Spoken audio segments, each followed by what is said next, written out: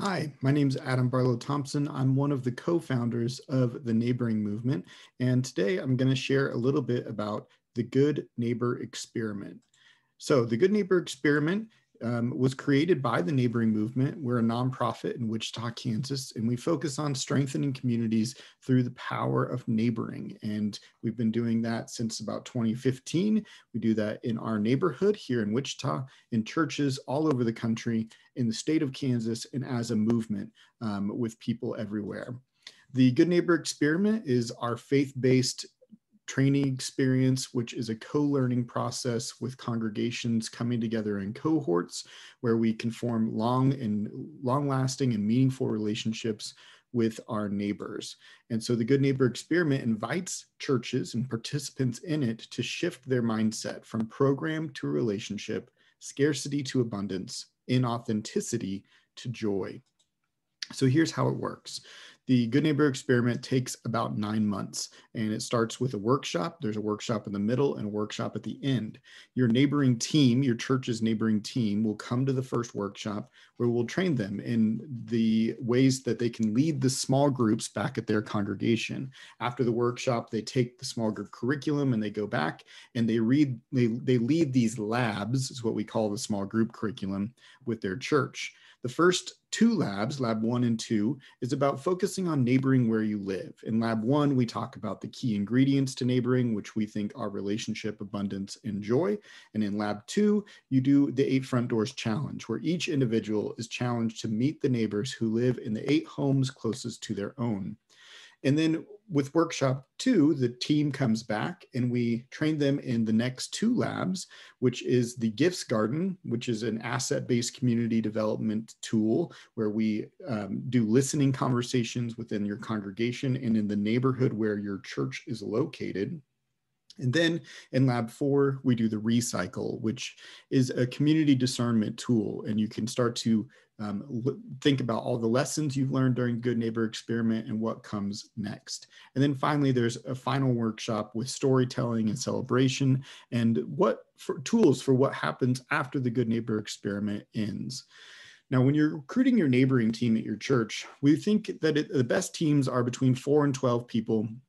And the people on that team will be people who attend all the workshops and all the small groups for that 9-month period. So these folks are going to host the small groups or the labs in their congregation. So they need to be willing to lead those. And they also will participate in coaching with one of our Good Neighbor Experiment facilitators, which will either be a staff person at the Neighboring Movement or a regional facilitator if you're from a different location. The goals and outcomes for this then is that we want churches to increase their neighbor relationships. That includes where people live. So if your congregation doesn't necessarily live in the same neighborhood as your church, that people would increase the relationships where they live, and they would increase the relationships with the people who live near your church building.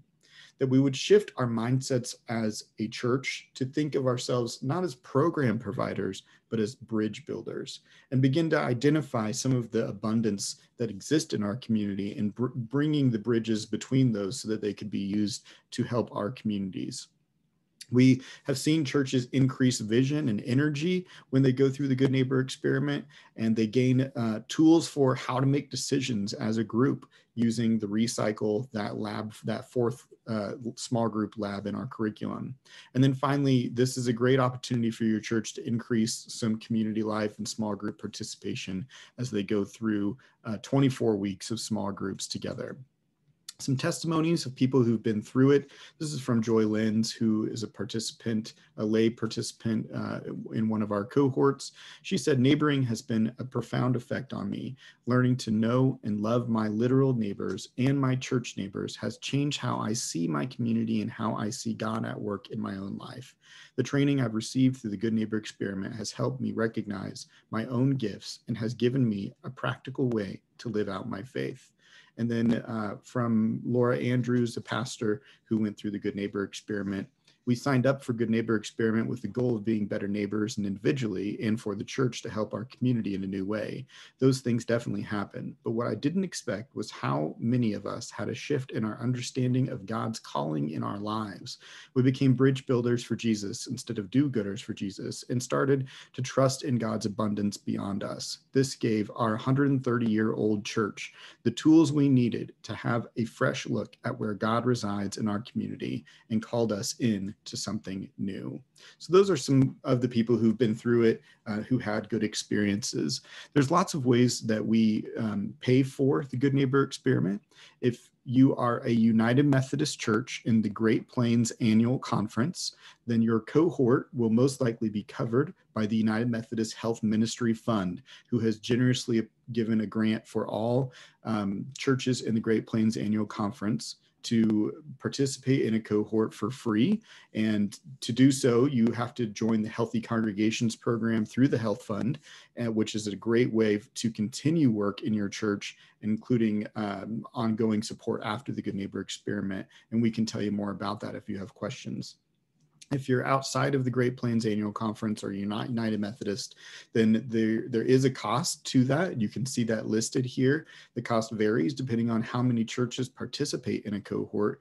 And we also it's not uncommon for us to find resources that help offset those costs, including grants, denominational funds that might help, churches that can help cover not only theirs, but maybe pay for a smaller congregation.